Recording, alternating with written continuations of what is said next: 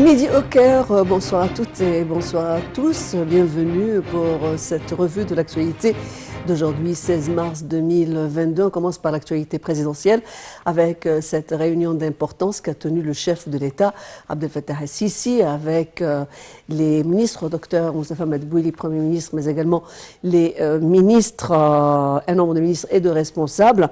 Au cours de cette réunion, le chef de l'État a ordonné donc de fixer les prix du pain non subventionné et prendre également quelques directives pour limiter la hausse des prix, bien entendu, avant, bien sûr, le mois béni de Ramadan. Le président Sisi a également ordonné que les forces armées coordonnent avec le ministère de l'Approvisionnement et du Fonds Vive l'Égypte, Tahya Masr, pour vendre sur le marché des marchandises à bas prix partout à travers la République d'Arabe d'Égypte.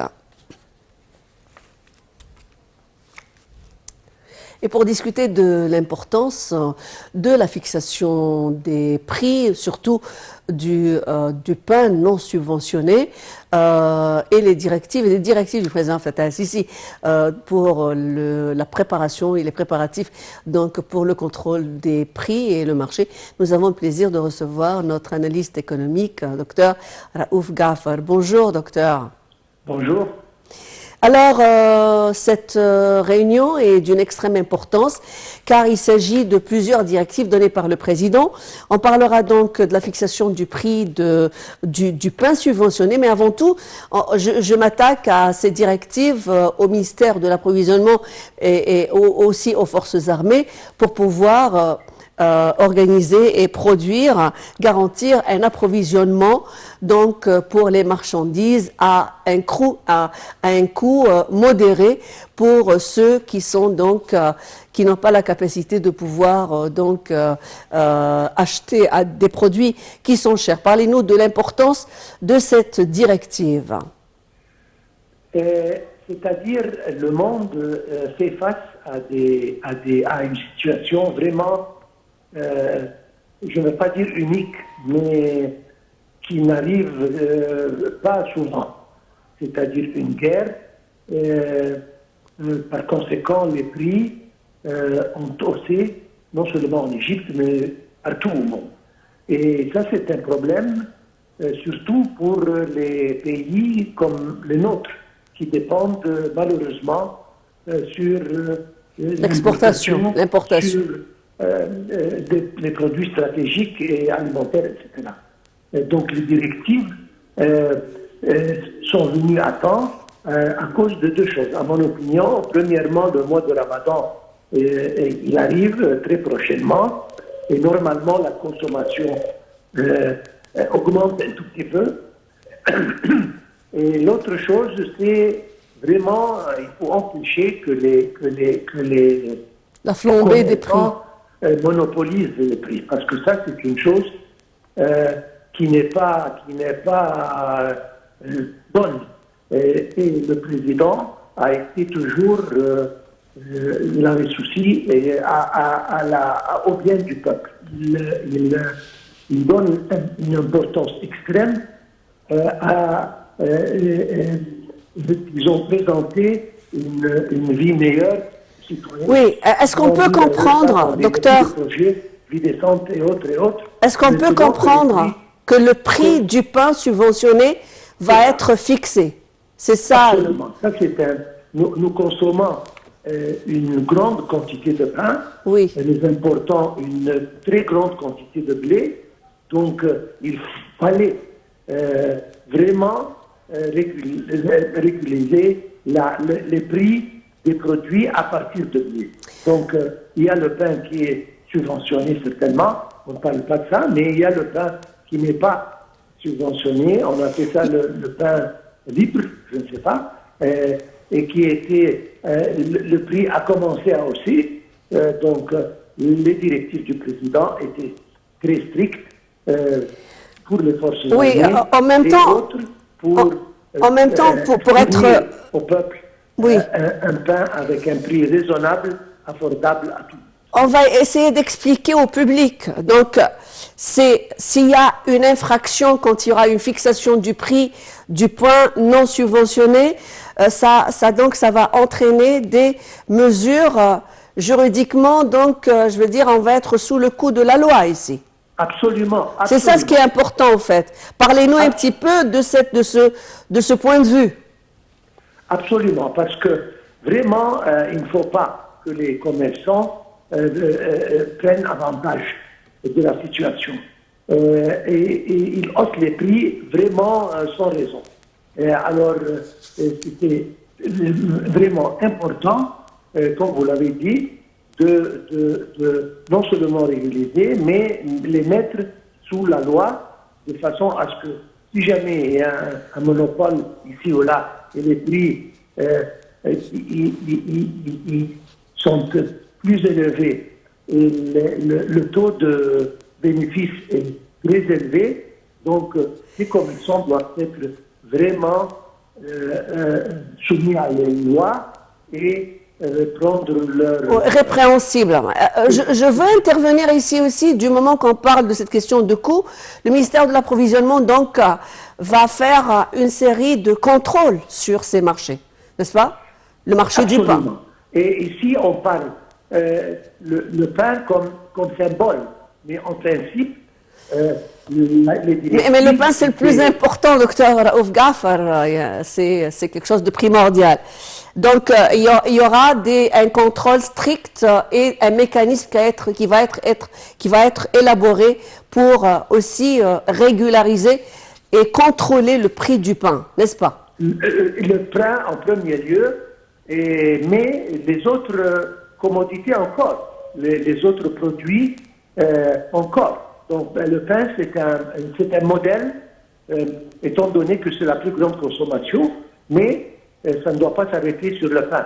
Le pain, c'est comme au commencement, mais en principe, tous les autres produits ne doivent pas être exploités par les marchands, gourmands, je veux dire, et monopoliser les prix. Et ça, c'est une offense qui doit être vraiment soumise à la loi et, oui. Qui serait préjudiciable au vu de la loi.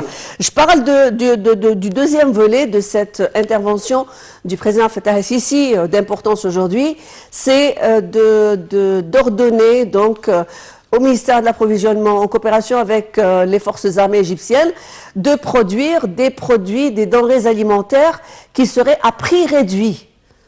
Cette fois-ci pour les personnes à revenus limités. Parlez-nous de l'importance de l'échéance et de la grandeur de ces produits qui vont être mis sur le marché pour qu'il y ait une compétition qui puisse peut-être limiter le pouvoir, la flambée des prix. Absolument, absolument. C'est un président qui sent son peuple, qui voit si jamais il y a des problèmes ici ou là, et immédiatement, il prend la bonne action pour justement rendre la vie de ses citoyens meilleure et ne pas les laisser souffrir à cause de la monopolisation de certains marchands ou certains, je ne sais pas comment on dit, mais en principe, tout vise vers le bien du citoyen pour lui présenter des marchandises à des prix raisonnables et ne pas céder à vraiment les actions qui ne sont pas très bonnes à partir... Oui, bien sûr, et aussi je veux dire, contrôler cette hausse de prix et aussi mettre des procédures juridiquement contraignantes. Je passe aussi à cette question qui est importante aujourd'hui. Le président pense aux citoyens à moyen revenu, à petit revenu également. Et pourtant, dans le monde, on voit qu'il y a une flambée des prix après, bien sûr, les répercussions de ce bras de fer dans cette guerre qui oppose la Russie à l'Ukraine et la flambée des prix des produits alimentaires. Comment l'Égypte va-t-elle se procurer finalement, jusqu'à ce que les choses se régularisent, cette question de blé, ces options stratégiques pour le blé et autres? Comment elle va je veux dire, quel est le plan du gouvernement? En premier lieu, il faut dire que entre l'Ukraine et la Russie, la production de 30 à 35% du blé mondial existe là-bas. Donc c'est un problème global, non seulement pour nous. Mais en principe, les mesures, premièrement, nous avons été assurés par le ministre d'approvisionnement, etc., que nos réserves sont solides et ils peuvent tenir, disons, nous suffire pour de longs mois. Oui. En second lieu, ils ont donné, on sait le prix du blé local pour augmenter les quantités qui soient fournies au gouvernement, etc. La récolte commence d'ici quelques semaines. Le troisième recours sera de diversifier les sources d'importation de ce blé. Bien qu'on peut payer un tout petit peu plus, mais au moins on est rassuré qu'on aura la quantité voulue. Oui, et donc le citoyen égyptien ne va pas sentir cette question qui est très chronique dans d'autres pays, même les pays développés. Merci, Dr Raouf Ghaffar, d'avoir été parmi nous aujourd'hui pour discuter de cette question d'importance, cette question de prix à la veille, bien sûr à la veille, d'une façon approximative, du mois béni de Ramadan. Et on va passer à l'actualité aussi aujourd'hui et une rencontre importante entre les délégations des membres de la gouvernance du programme Pont du commerce arabo-africain. Je rappelle que le chef du gouvernement, Dr Moustapha Madbouli, a annoncé un nombre de décisions d'importance sur l'offre des primes aux activités d'investissement dans les domaines de l'économie verte et de l'intelligence artificielle. On va suivre cette actualité à travers ce commentaire.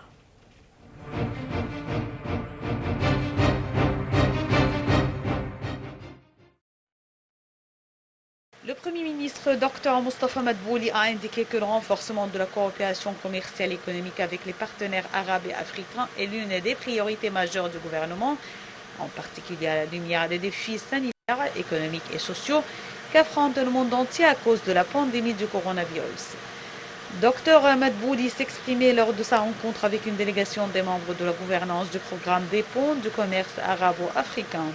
Au cours de la rencontre, Dr Madbouli a ajouté que l'Égypte poursuivra ses efforts pour soutenir le continent africain pour réaliser le développement durable. Le chef du gouvernement a par ailleurs annoncé nombre de décisions sur l'offre de primes aux activités d'investissement dans les domaines de l'économie verte, de l'intelligence artificielle, du soutien de la créativité, des projets de la recherche scientifique, ainsi qu'à la promotion de l'industrie locale.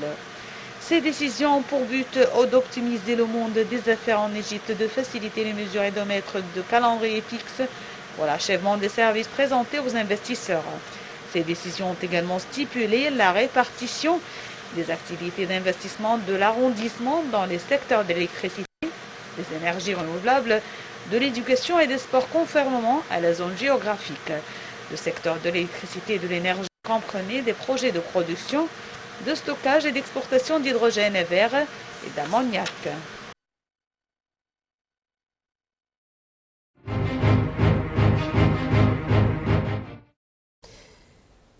Et on va passer donc à un troisième sujet d'importance aujourd'hui, 16 mars 2022. Cette fois-ci, c'est bien sûr les efforts du Croissant Rouge égyptien qui déploie des efforts pour rapatrier les Égyptiens donc, de Roumanie. Il a dépêché aujourd'hui sa première équipe internationale de secours pour améliorer l'efficacité de ce rapatriement donc des Égyptiens qui sont bloqués en Roumanie, comme je viens de le dire.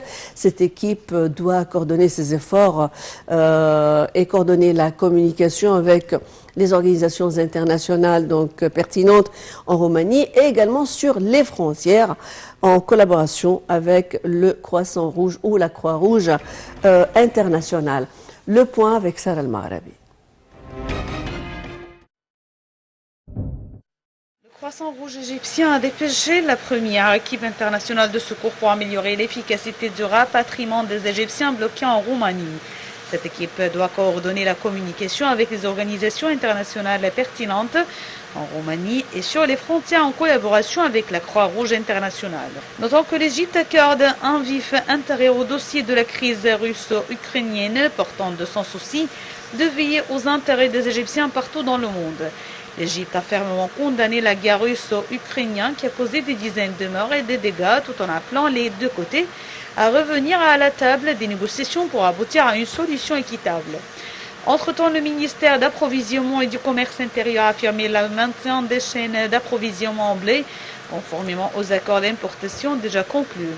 Le ministère a indiqué que 189 000 tonnes de blé qui avaient déjà été chargées devraient arriver bientôt en Égypte. Il s'agit de 63 000 tonnes de blé livrées par la Russie et de quantités similaires de la Roumanie et d'Ukraine. Le ministère a affirmé qu'il n'y avait aucune perturbation dans les chaînes d'approvisionnement en blé. L'autorité dit à elle signalé que l'Égypte avait reçu des cargaisons de blé acheminées par la France et la Roumanie au début du mois courant.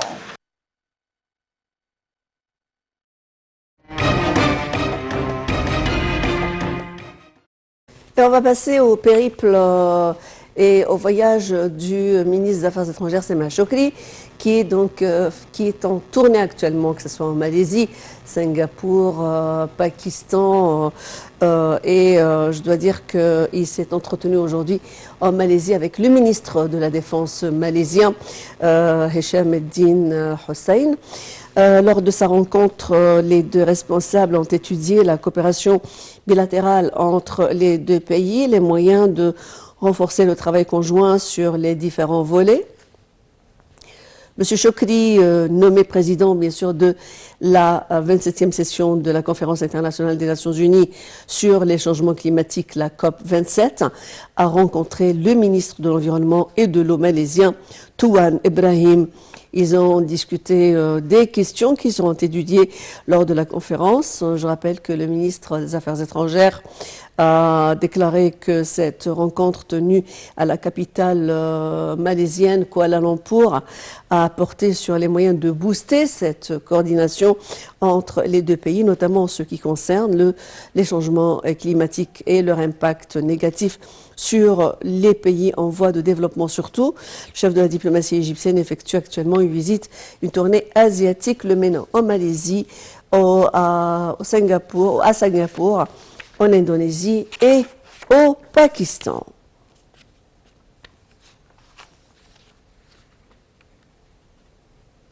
Et on va passer donc à l'actualité aussi avec le ministre de la Défense et de la Production militaire, le général d'armée Mohamed Zaki, qui s'est entretenu avec les forces des gardes frontières dans le cadre de la communication avec les combattants de l'armée, afin d'unifier les concepts sur les différents sujets liés aux forces armées sur tous les niveaux. Le chef de l'état-major, le général de corps d'armée Osama Askar et un nombre de dirigeants de l'armée ont participé à cette réunion. Et pour conclure, c'est notre rapport sur la bourse égyptienne aujourd'hui. Eh bien, elle a marqué aujourd'hui un recul collectif sous l'effet des opérations de vente de la part des institutions et des fonds d'investissement étrangers et arabes. L'indice principal, le GX30, a reculé de 0,9% pour se stabiliser au niveau des 10 323 points. Également, les indices secondaires EGX70, EWI et EGX100 ont chuté de 1,3%.